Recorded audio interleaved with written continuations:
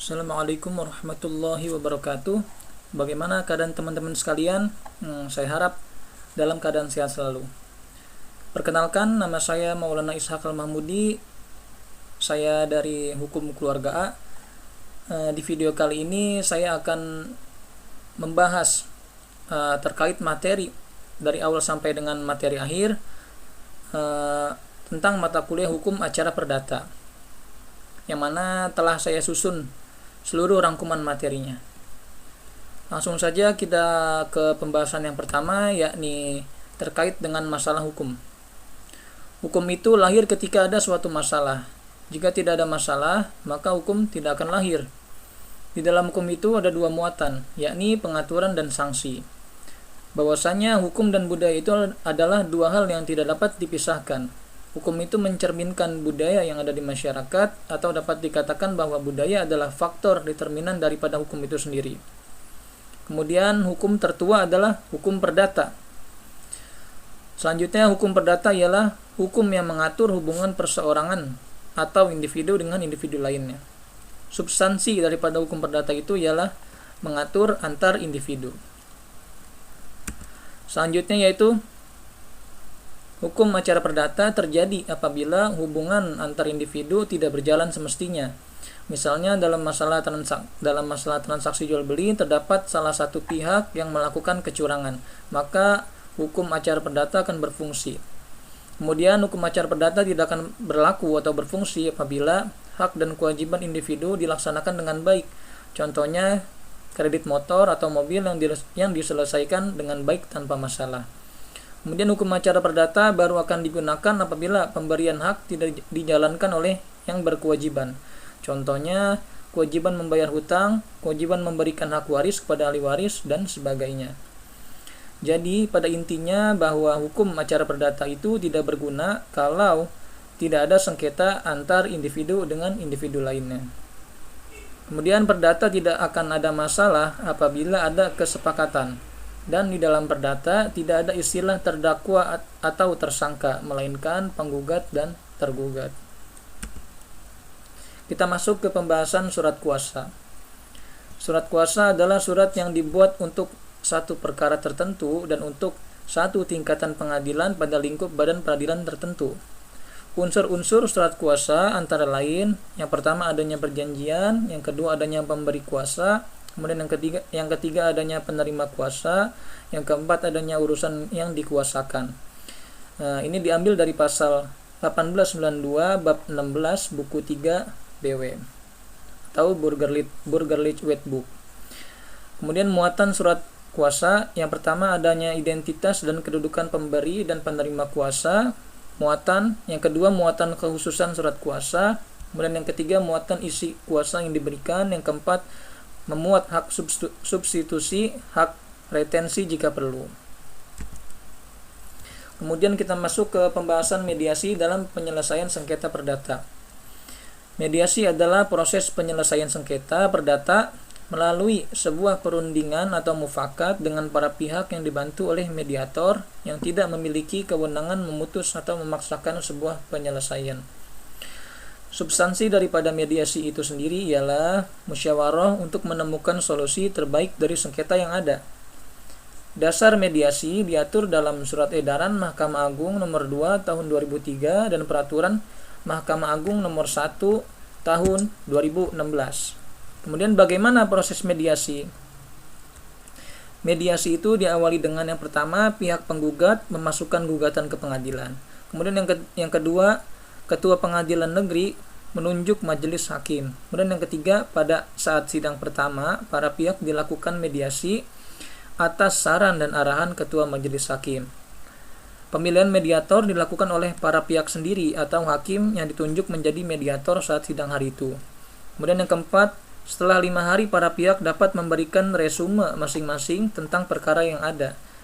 Kemudian proses mediasi dilaksanakan selama 40 hari. Kemudian yang keenam, atas dasar kesepakatan para pihak, jangka waktu mediasi dapat diperpanjang paling lama 14 hari kerja sejak proses mediasi berakhir. Yang ketujuh, mediator wajib menentukan jadwal pertemuan untuk penyelesaian proses mediasi. Kemudian yang ke-8, saksi ahli dimungkinkan hadir dalam proses mediasi atas kesepakatan para pihak. Apabila diperlukan adanya kaukus atau pertemuan dengan salah satu pihak dari yang bersengketa dimungkinkan. Kurang lebih seperti itu proses daripada mediasi. Lanjut kepada materi selanjutnya, yakni tentang gugatan.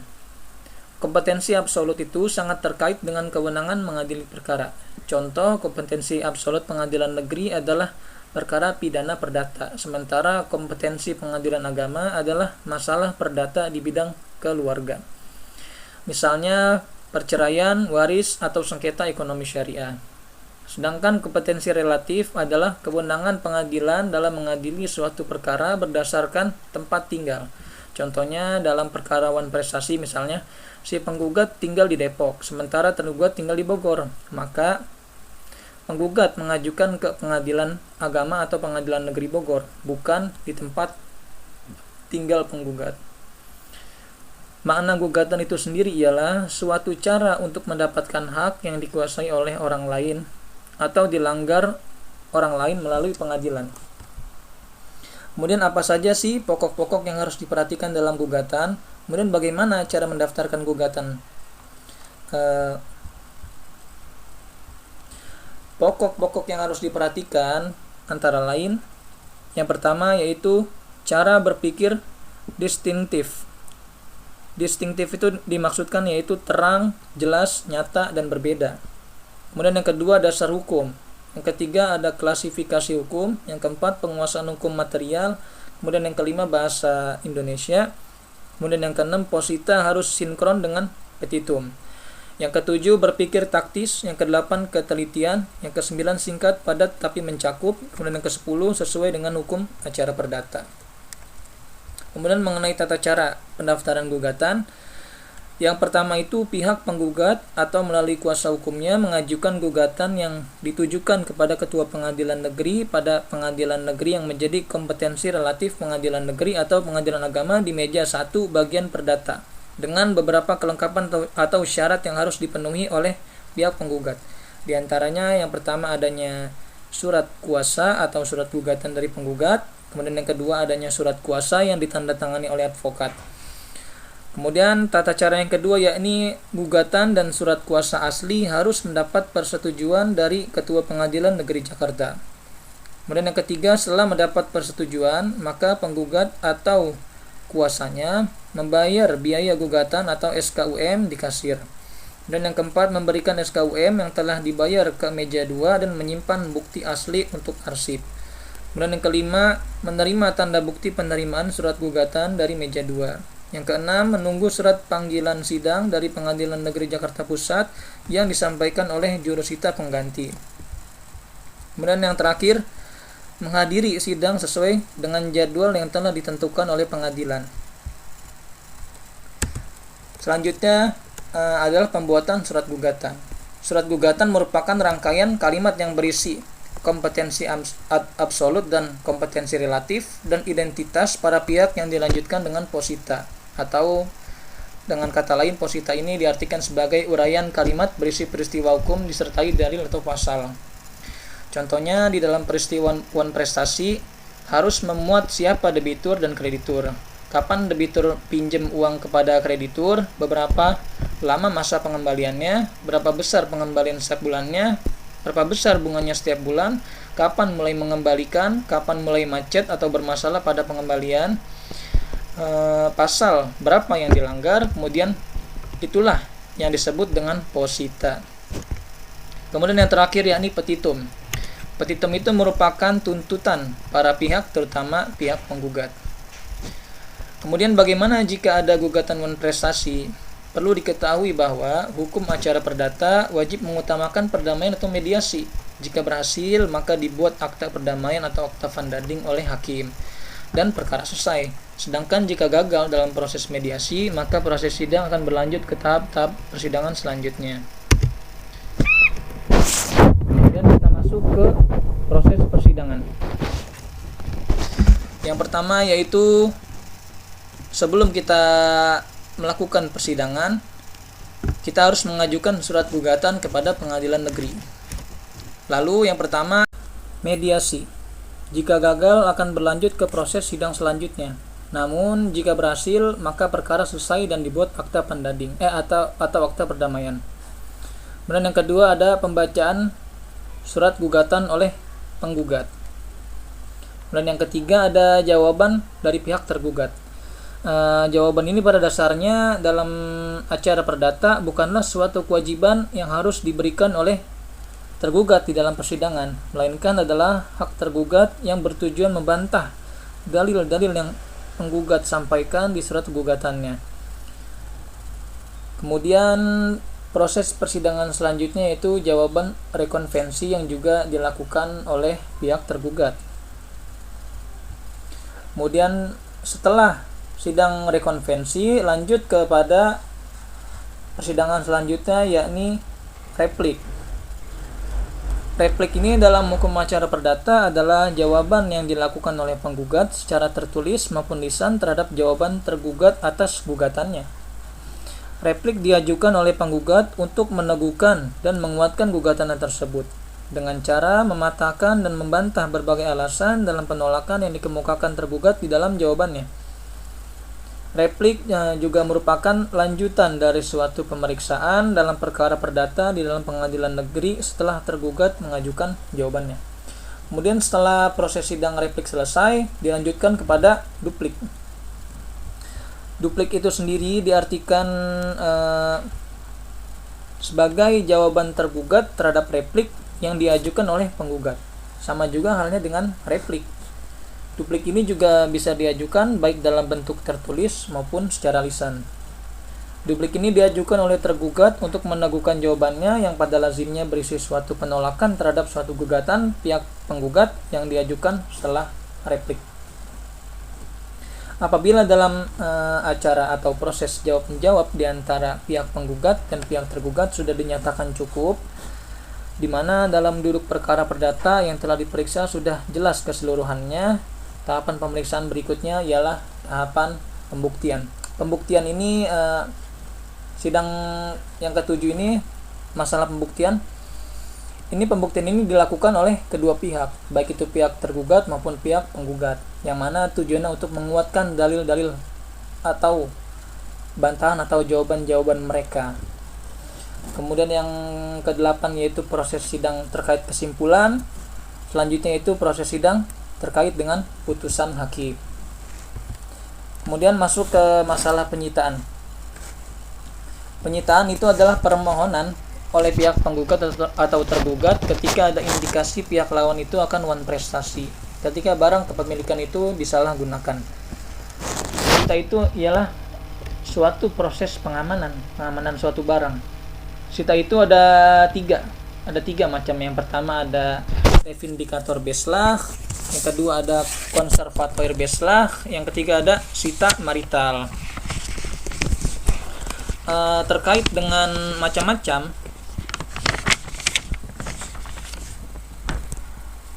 revindikator beslag itu di mana penyitaan barang milik penggugat yang dikuasai oleh tergugat yang terdapat dalam pasal 226 ayat 1 HIR atau 260 ayat 1 RBG. Barang milik sendiri yang diminta untuk disita karena barang itu dikuasai oleh tergugat. Misal barang sewaan yang tidak dikembalikan. Kemudian yang kedua ada konservator beslag, yakni permohonan sita yang dilakukan oleh penggugat agar barang milik tergugat untuk disita. Kemudian yang ketiga ada sita marital. Sita marital ini adanya di dalam kasus perkawinan. Permohonan sita ini dilakukan oleh pasangan suami istri akibat adanya perceraian. Kemudian menggugat harta bersama. Si istri meminta agar harta bersama itu untuk disita. Maksud daripada harta bersama itu ialah harta atau barang yang dimiliki setelah adanya perkawinan. Kemudian cara mengajukan gugatan sita itu ketika di awal, pada saat posita. Kemudian masuk ke materi selanjutnya, yakni tentang masalah pembuktian. Pembuktian itu merupakan proses setelah jawab-menjawab. Seperti dalam perkara wan prestasi, apabila kedua pihak sudah hadir, maka selesai replik dan duplik dilanjutkan dengan pembuktian dengan ketentuan pasal yang menegaskan bahwa setiap pihak yang mengklaim dirinya memiliki suatu hak, maka dia harus membuktikan haknya itu. Begitu juga bagi pihak yang mengklaim atau membantah hak orang itu, maka dia wajib membuktikannya. Kemudian perihal alat bukti, ini dinyatakan dalam pasal 164 HIR dan 284 RBG. Yang mana yang pertama yaitu alat bukti surat. Alat bukti surat ini dibagi menjadi dua, ada surat otentik dan surat non otentik. Kemudian yang ketiga yakni sumpah atau saksi terlebih dahulu.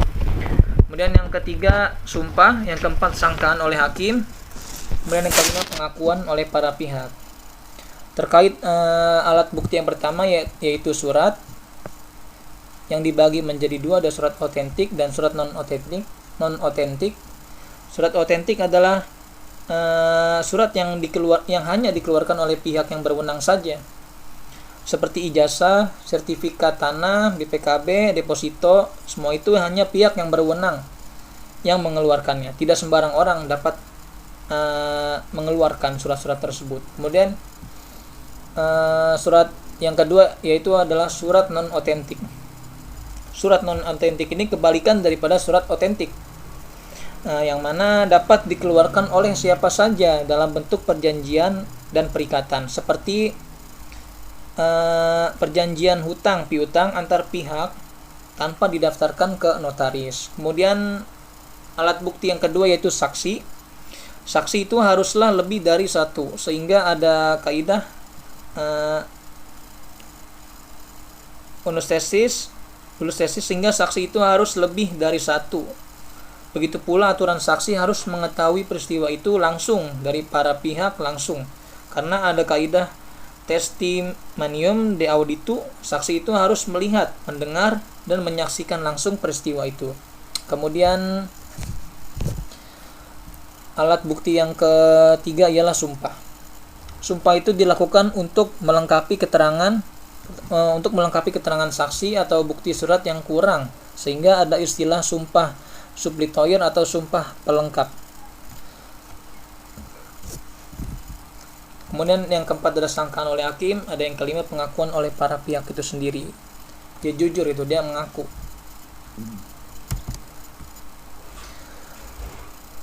Pembahasan selesai. Mungkin cukup sekian dari saya. Saya mohon maaf apabila banyak kekurangan dalam penjelasan atau penyampaiannya, banyak kata-kata yang berlibat. Sekali lagi saya mohon untuk dibukakan pintu maaf yang seluas-luasnya. Akhirul kalam, wassalamualaikum warahmatullahi wabarakatuh.